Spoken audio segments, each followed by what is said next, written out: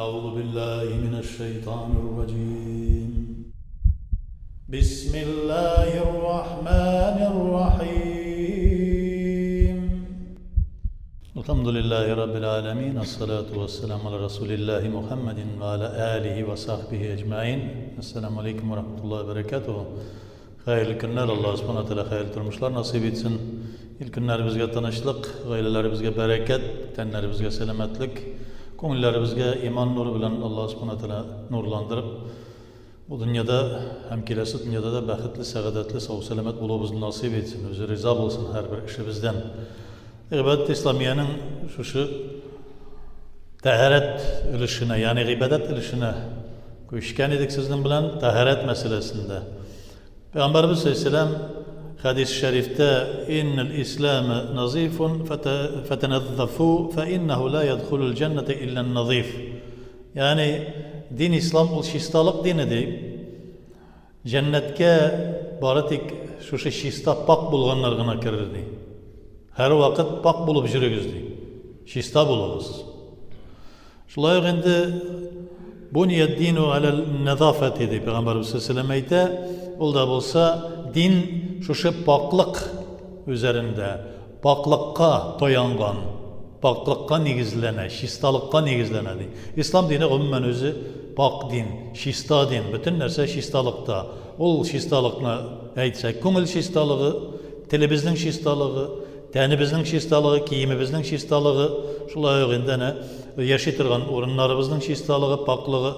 Bu bütünüsü de din İslam'ını kursete turgan narsa. Fikirlerimizin de paklığı, şistalığı. Mesela eğer de fikrimiz pişirak fikir iken, ol tilge çığa, ol kulga yaki ayakka yaki başka ağzağa köşüp bir haramga, bir ulu bir günahka, kabahatlikka getirip jetkirer. Şuna göre fikirlerimizin de, köngüllerinizin de şista pak tutuğuzdu. Peygamberimiz Aleyhisselam aytı. Allah Teala'na bendelerine her şakpak bulurga buyura. Müslüman bulgan kişinin köngülü yaman sıfatlardan hem yavuz fikirlerden yani şuna ettik yani kiyimi, yurtu, aşağıdan rızıkları bütünüsü şuşlay pak bulurga tiyişlikne. Lakin tağın en mühimi Allah subhanahu teala karşında bulganı ol da bulsa gıbedet. Allah Teala'nın aşığından Allah Teala'nın şu gazabından kutulgan kimler ol da bulsa iman getirgenden soň izgi amel kılışlardı. İzgi amelinin en birincisi namaz. Eğer de sen iman getirip de namaz şu izgi ameller kıldın ise en birinci şu namaz olarak biliriz endi. Sen Allah Teala'nın aşığından Allah Teala'nın gazabından kutuldun Allah'a şükür. Ol seni özünün rizalığı kanatı astına kirdi. Yani riza bula senden. Allah Teala riza buldu degende demek bizning turmuşumuzda bereketli bula. İki dünya baxt saadetine erişemiz. Şulay yok endi ana bigrek de namaz oku meselesinde Allah subhanahu teala bu işrakta kitire ve iz kuntum ila salati eğer siz namaz okurga niyetleyen bulsanız faksilu vujuhakum yüzlerinizini ve eydiyakum ilal marafiqi iki kolunuzni tirseklerine kadar yuğuz ve msahu ruusakum şulay yok endi başınızga mesih kılığızdı ve eydikum ilal ka'bayni iki ayağınızın tubakka kadar bulgan ayak ölüşlerini yuğuzdu. Allah subhanahu teala'nın Kur'an-ı Kerim'de. Şuna göre namaz okuruşun bizim en birinci bu pak şista bulurga tiyişli. Namazga tutunur aldından niyetlerimizni şista kılabız. Bulsa eğerden indidir yaman niyetler bilen jirgen bulsak estağfirullah degen bizning Allah Teala'nın şu pak bir şişmesinden kelgen suvi var. Şu estağfirullah bilen biz tilimizni şistartabız, köngülimizni, ağımızны, fikrimizni şistartabız. Estağfirullahil azim deymiz. Allah subhanahu teala'ga şuşlay halis, ihlas bulgan niyet bilen niyetli bizde hem endi şu namazni okurga degen bir niyetke kirgeç namaz okur aldından kişiге tenin, kiyimin hem namaz okulası orunun her türlü necislerden, şiraklardan paklav şistartu tiyişligi bula.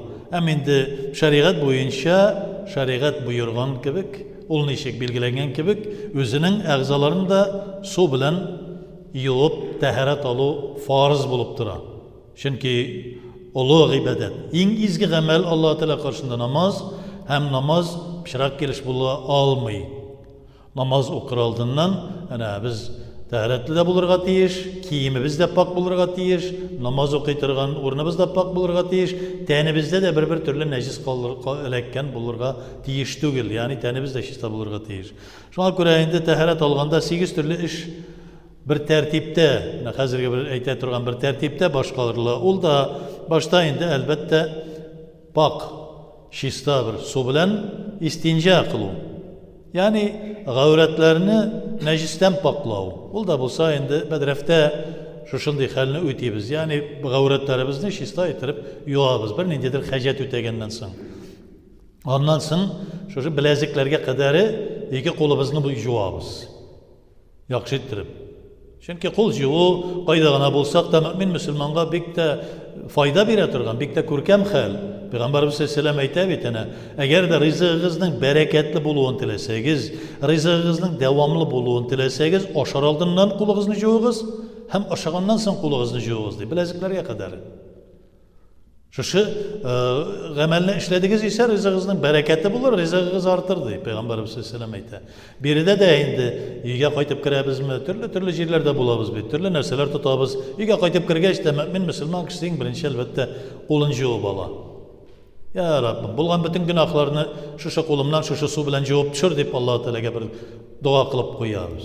Şuna göre tuvaletten, bedreften çıkandan sonra da istinci algandan sonra en birinci elbette biz iki kolumuzni bileziklere kadar cevabız. Ondan sonra 3 mertebe ağzımızga su alıp şayqıyız. On kol bilen su alabız da, ağzımızını şayqıyız da, şunu tükürəbiz. Dağın bir tapır, şulay işleybiz, dağın bir tapır, 3 tapır. Ondan sonra ayırım 3 tapır burunga su alabız. Burunga su alabız da, on kol bilen, sol kolumuz bilen şunu singirip çıkarabız. Ne için şuşlay işleybiz, ne için paklara gerek degende, yani Peygamberimiz sallallahu aleyhi ve sellem bizge şunu bilmişe öğretmegendir. Belki ondan sonra qarağaş görgeç biz onun devamında şunu analiz yasaganda mesela belki onun ulu bir faydası var ikenlikini görecek biz inşallah. Yani kaybirleri ağızga da burunga da bir tutaştan sunu alatırgan galametleri var. Şoluk ağızga da ala hem burunga da ala bir sunu. Hanefi mezhebinde bizde bu mesele yok. Başka mezhepler için biz cevap vermeyiz. Biz bir de Hanefi mezhebini öğreniriz. Bizde ayrım ağızga su alıp tükürəbiz, ayrım burunga ayrım sularını alabız. Yani ağız bilen burunga bir xuttan almayız. Bir tutaştan ikisini birge işlemeyiz. Ayrım. Ondan sonra 3 mertebe yüzün diyor. Yüz indi elbette qaydan alına degende mangay şeşinden alıp iyek astına kadar. Yani mangaydan alıp şeş bulmayan kişi de şu mangayının üstü ülüşü şeş ülüşü deyip sanala. Şeşi var mı yok mu belgili değil. Lakin buna yüz üstten alıp iyek astına kadar. Hem bir kulaktan kulak kirmişe, ikinci kulakka kadar buna şu tügeregi bizden yüz deyip atala. Yüzümüz. Adam balasının yüzü. Şunu 3 mertebe yuabız.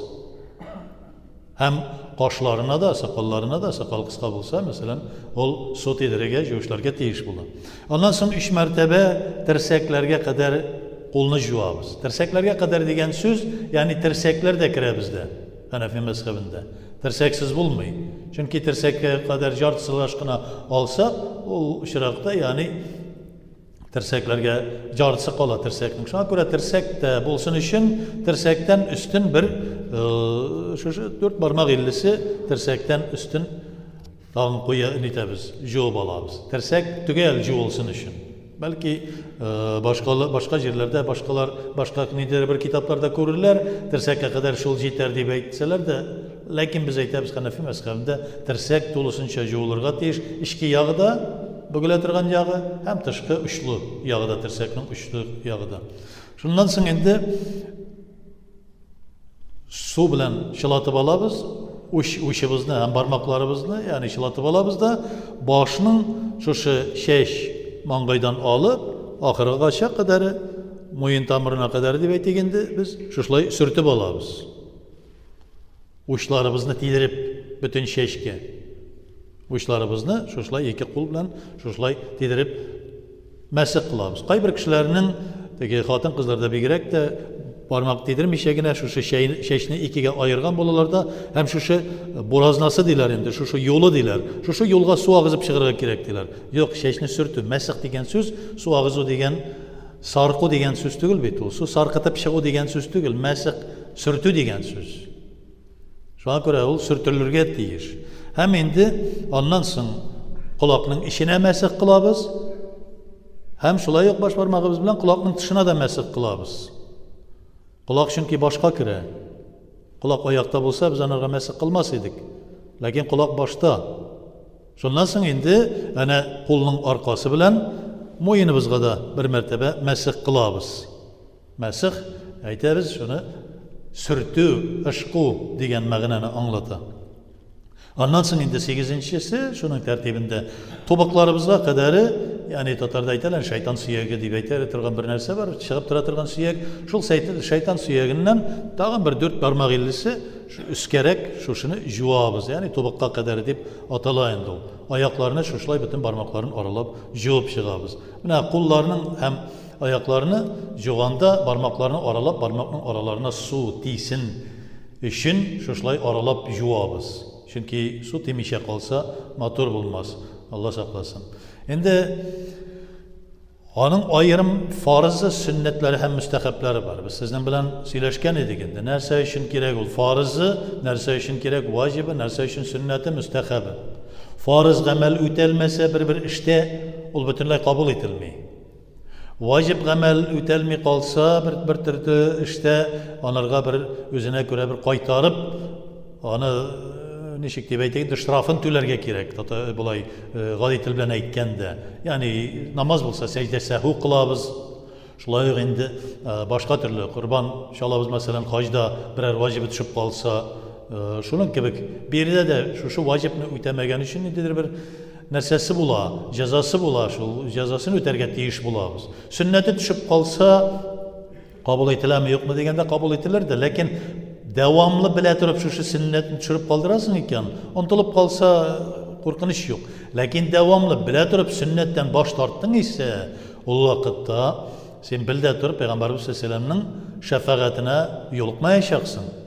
Allah Teala'nın şiltesine düşer bulacaksın. Şilte nersesin ol? Yara aranda şiltelep koyarlar da aşılanıp koya da Allah Teala deyip. Allah Teala'nın şiltesi aşığı gadab deyip atalar. Tegisi gazap Allah Teala'nın aşığı gadab. Gayril mağlubi deyip sana. Ya Rabbim senin aşığın düşkenler yoluna gana kirte kurma deyip özümüz sorayız bit. Demek ki Allah Teala'nın aşığı düşken yollara kirtmesini için biz sünnetlerini her vakitte de şuşlay öterge deyiş bulabız. Hem müstehapları nerse bire dağın da körkemlendire. Dağın da şunu bizge üsteme bir motorlu. Şunun gibi indi anın farzı. Mesela şu taharetinin farzları, sünnetleri var. Bir de vacipleri yok bizde. Lakin taharetinin şu farzları, sünnetleri. Farz çıkıp kalsa mesela bir mertebe yüzünü yuvu, bir mertebe dirseklerge kadar iki koluna yuvu, bir mertebe başının şirigine mesih kılu, yani 4'ten bir ölüşünü, bir mertebe tobaklara kadar iki ayakını yuvu. Buna bu farzları. Şundan da kim bulalmayı? Mesela su ez bulgan vakitte birer tapırda yuvup kabul edilir mi bu taharet degende? Elbette. Bir de aytilabil farzıdır. Çünkü bu farzı koyan alıngan Allah Teala'nın Kur'an ayetinden alına. Farzı şu 4 nerse. Farzdan da kimrek bulsa taharet kabul edilmeyi. Sünnetlerin de elbette onun 15 sünneti var. Birincisi taharetini Bismillah sözleri bilen başlav. Kayber kitaplarda görürsünüz. Başka mezhepler boyunca yazılığı mümkün. Çünkü Şafii mezhebinde başkaşa biraz. Maliki mezhebinde başkaşa, Hanbali mezhebinde başkaşa buluğu mümkün. Şuna göre biz biri de bizim bir jirli halık Hanefi mezhebinde hem şu bir mezhep boyunca öğrenebiz. Şunun bilen barabız. Şuna göre biz biri de tügel ettirip bizden jirli şuşunda nişik taharet alına turganını öğrenebiz, qarayız. Çünkü yani hacga bargaçta görəbiz, türlü kişi, türlü şey. Şehab Merceni'nin Rihletul Hac degen kitabı var. O da hazır uzaklanmış şığır inşallah Teala. Onda şak kata, qaraldı, qaradım bunda Ул вакытта ук булган инде. Берсе фарызны укыды, шушы Мисырда аны күрсәтә инде Искәндәриядә. Фарызны укыды да чыгып жүгерде ди. Берсе утырып калды, берсе бигрәк тәртипсез икән булар да ди. Аллаһка шөкер, безнең бик нык тәртип икән ди безнең Казаныбызда ди. Ул вакытта шуны әйтә. Берсе сикереп тора, берсе тегендә Коръән укганда бөтенләй тыңламыйлар ди. Кайсы жата, кайсы жүгереп чыгып китә, кайсы диде бар икән ди. Шуңа күрә хаҗда да күрәбез. Төрле намаз укыганны күрәбез, төрлечә теге үзләрен тотушларын, киемнәрен күрәбез. Юк. Аларга карап ул, буныкы әйбәтрәк, моныкы дөресрәк икән дип кабул итәргә түгел. Без өйрәнергә тиешбез. Хакыйкый гыйлемне өйрәнәбез. Хакыйкый гыйлем, ягъни Хәнәфи мәзһәбе буенча билгеләнгән гыйлем дә шулай сөннәте 15. Бисмиллаһир-рахманир-рахим сөннәткә керә. Шулай ук инде күңелдән ният кылу, күңел белән. Ләкин тел белән дә әйтеп куйсак, ансы да хәерле, тегесе дә хәерле. Шулай ук инде ике кулны беләзекләргә кадәр юу. Бу шулай ук сөннәткә керә.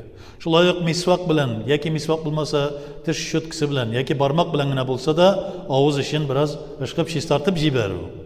Шулай ук инде авызны чайкаганда 3 тапкыр сөннәт. Шулай ук бурынны бурынга су алу да 3 тапкыр сөннәткә керә. Шулай ук инде сакалны аралаштыру, узын булса, сакалны аралаштырабыз юеш бармаклар белән, юешләбрәк җибәрәбез. Бу да сөннәткә керә. Шулай ук бармакларның араларын аралаштырып җыю, бу да сөннәткә керә безнең. Йөз, кул һәм аякларны 3-әр мәртәбә юу, бу да сөннәттән санала. Уң кул һәм уң аякны сулларыннан әвәл юу, шулай ук сөннәттән санала. Башның һәр җиренә мәсех кылу. Әнә фарызын әйттек, 4тән 1 өлешенә мәсех кылу, ләкин сөннәте бүтән маңгайдан алып, муен тамырына кадәр шушы мәсех кылу бу сөннәтеннән. Шулай ук ике кулакка мәсех кылу, кул аркалары белән муенга мәсех кылу, шулай ук сөннәттән санала. Кайберләре моны мустахаб, тегеләй булай ди, кайбер кешене күрерсез, тәһарәт алганда бер кул белән генә шулай куя, юк, ике куллап мәсех алына. Кулакны сөртмәй, мәсех кылмый, муенга мәсех кылмый, бу мустахаб яки бу бөтенләй юк дигән кешеләргә ялгышап, аларга ияреп китә күрмәгез, чөнки бу бездә ул сөннәт, сөннәт гамәле үтәлмәде икән, ул кимчелекле була.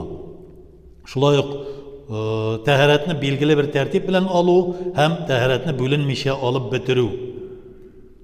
Ягъни дөньяви эшкә бүленергә ярамас, дөньяви сүз сөйләшергә ярамас тәһарәтне алырга. Бер тоташтан алып бетерергә кирәк. Инде тагын тәһарәтнең мустахаблары 5, ул кыйблага таба карап тору хәерлерәк, мөмкин булса, мөмкин булмаса, бу мустахаб хәерле. Су чәчрәмәслек биек җирдә тору, мәсәлән, су чәчрәмәсен өчен безнең бер жулап кебек нәрсә ясалган тәһарәтханәдә. Ул кешенең өстенә су чәчрәмәсен өчен. Соны үзеңә әзерләү, ягъни миңа су әзерләп бир әле, мин тәһарәт алам дип кешедән сорау түгел, үзең комганга тутырасың, үзең шушны әзерлисең.